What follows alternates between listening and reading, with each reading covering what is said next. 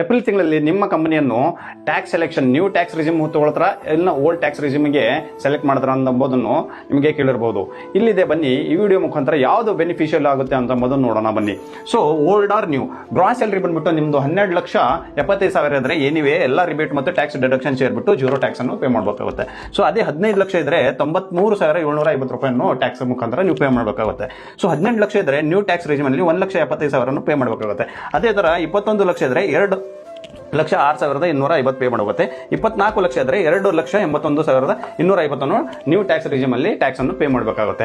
ನೀವು ಇನ್ನೂ ಇದಕ್ಕಿಂತಲೂ ಕಡಿಮೆ ನೀವು ಟ್ಯಾಕ್ಸ್ ಪೇ ಮಾಡಬೇಕಾದ್ರೆ ಓಲ್ಡ್ ಟ್ಯಾಕ್ಸ್ ನಲ್ಲಿ ಎಷ್ಟು ಡಿಡಕ್ಷನ್ ಬೇಕಾಗುತ್ತೆ ಅನ್ನೋದನ್ನು ನೋಡೋಣ ಬನ್ನಿ. ಸೊ 12,75,000 ಎನಿವೇ ಜೀರೋ ಟ್ಯಾಕ್ಸ್ ಇರುತ್ತೆ.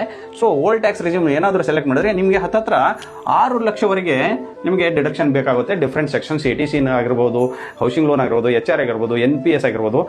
6 ಲಕ್ಷ ಇದ್ರೆ ಮಾತ್ರ ನೀವು ಟ್ಯಾಕ್ಸ್ ಅನ್ನು ಕಡಿಮೆ ಪೇ ಮಾಡಬಹುದು ಓಲ್ಡ್ ಟ್ಯಾಕ್ಸ್ ರಿಜಿಮ್ ಅಲ್ಲಿ. ಸೊ ಇಟ್ಸ್ ಆಲ್ಮೋಸ್ಟ್ ಬಹಳಷ್ಟು ಜನರಲ್ಲಿ 6 lakhs ವರೆಗೆ ಟ್ಯಾಕ್ಸ್ ಡಿಡಕ್ಷನ್ಸ್ ಇರೋದಿಲ್ಲ. ಸೊ ಅದೇ ತರ ನೋಡ್ರಿ 21-24 ಲಕ್ಷ ಇದ್ರೆ ಹತ್ತತ್ರ 8 ಲಕ್ಷವರೆಗೆ ನಿಮಗೆ ಟ್ಯಾಕ್ಸ್ ಡಿಡಕ್ಷನ್ ಅನ್ನು ಬೇರೆ ಬೇರೆ ಇನ್ವೆಸ್ಟ್ಮೆಂಟ್ ಇದ್ರೆ ಮಾತ್ರ ನಿಮಗೆ ಸೊ ಓಲ್ಡ್ ಟ್ಯಾಕ್ಸ್ ಹೋದ್ರೆ ಒಳ್ಳೆಯದು, ಇಲ್ಲಾಂದ್ರೆ ಇಷ್ಟು ಇರಲಿಲ್ಲ ಅಂದ್ರೆ better to go for new tax regime. So ಇದು ಬಂದ್ಬಿಟ್ಟು ಯಾವುದು ಸೆಲೆಕ್ಟ್ ಮಾಡುವಂತ ಬ್ರೀಫ್ ಆಗಿ ವಿಡಿಯೋ ಇದೆ.